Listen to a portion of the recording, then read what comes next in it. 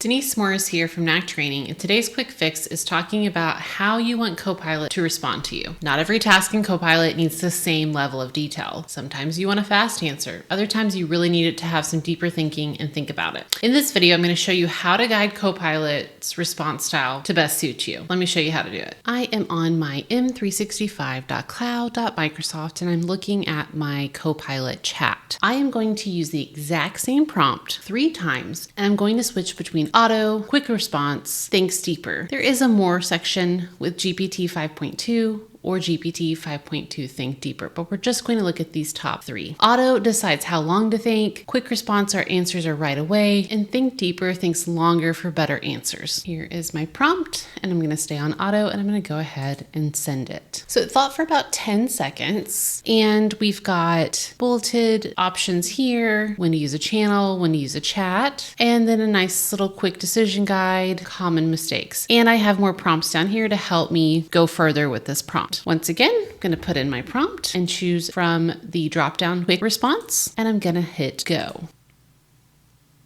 I let this one go in real time since it's the quick response, and it looks similar. It still has quite a bit of information, but it's almost bite-sized with these bulleted points and the easiest way to decide. Still giving me extra prompts at the bottom. Last time, move it to think deeper. It's been thinking for about 13 seconds. There we go. It reasoned and it looked at all of these different areas, and it says that it pulled 282 internal file references. At Knack, we have the paid subscription for Copilot, and so it is connected to our SharePoint libraries. It's connected to all of those areas, so it can actually go in and look at different documentation. It did not give us a ton more information. It did give us areas that we can go and look at and move forward from there. There you have it. Choosing the right response level helps Copilot match the moment and saves you time. Remember, quick fix, small changes, big wins.